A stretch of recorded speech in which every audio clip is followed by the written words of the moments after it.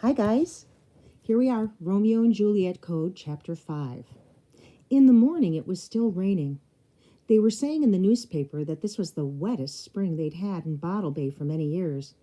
In the daylight, none of the Bathburns mentioned anything about anyone unlocking doors in the middle of the night. There was no mention of trays of food that went up and came down untouched.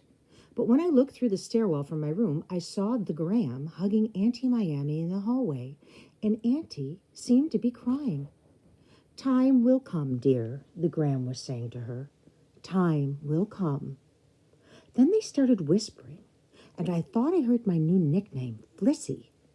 They went on down to the kitchen, and soon I could hear pans crashing about, and I could smell more of those muffins cooking. There was a wooden-paneled room at the end of the hall upstairs, a kind of little gymnasium.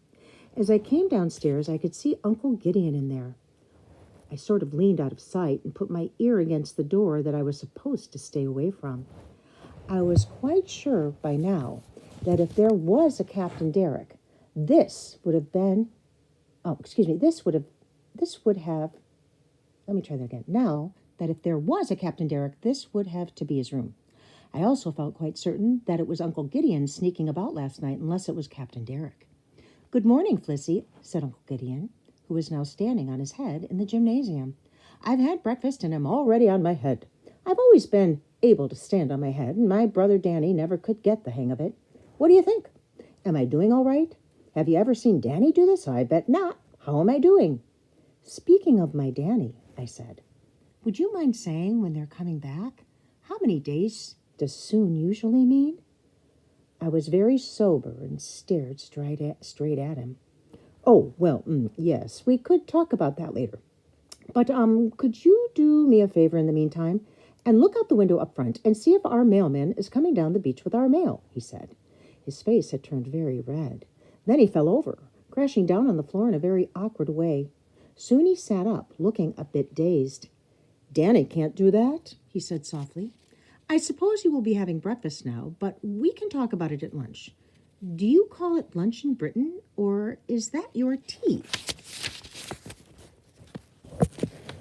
"Tea is our supper," I said.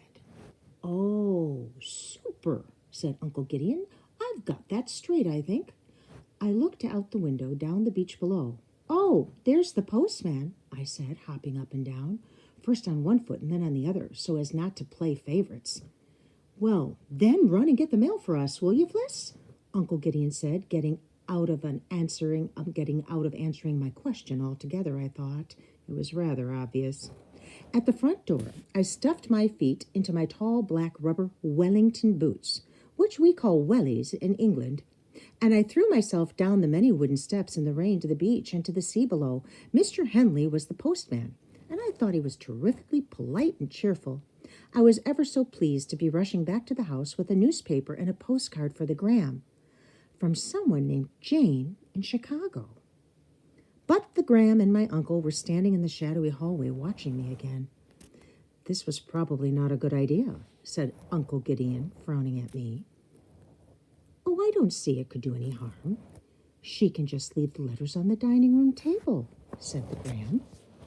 "You wouldn't open a letter, Flissy, if it wasn't addressed to you, would you?" Oh, I shook my head no. Now, I was quite sure I wanted to go home. For a moment, it felt like I had a crying box stuck in my throat, like the one Wink had in his stomach. If you poked Wink, there he used to make a crying noise, but his crying box was broken now.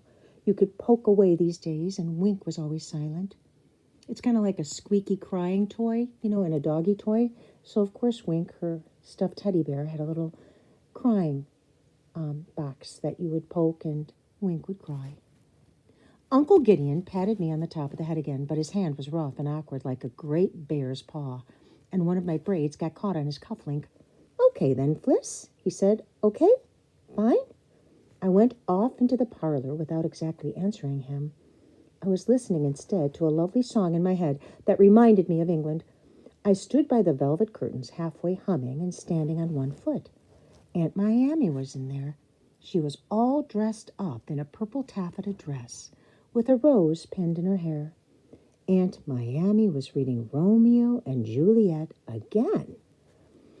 After a while, even though I was switching from one foot to the other, both feet were getting ever so tired. Auntie nodded at me and patted the cushion on the sofa next to her.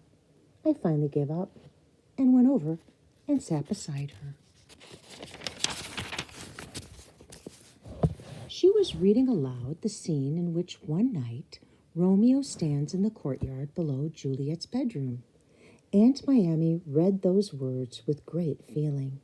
Then Uncle Gideon came barging in, saying, "See what I mean about being stuck, Flissy? She just keeps reading Romeo and Juliet over and over again. There are other wonderful books in the world. What do you say, Fliss? Do you agree? Isn't it so?"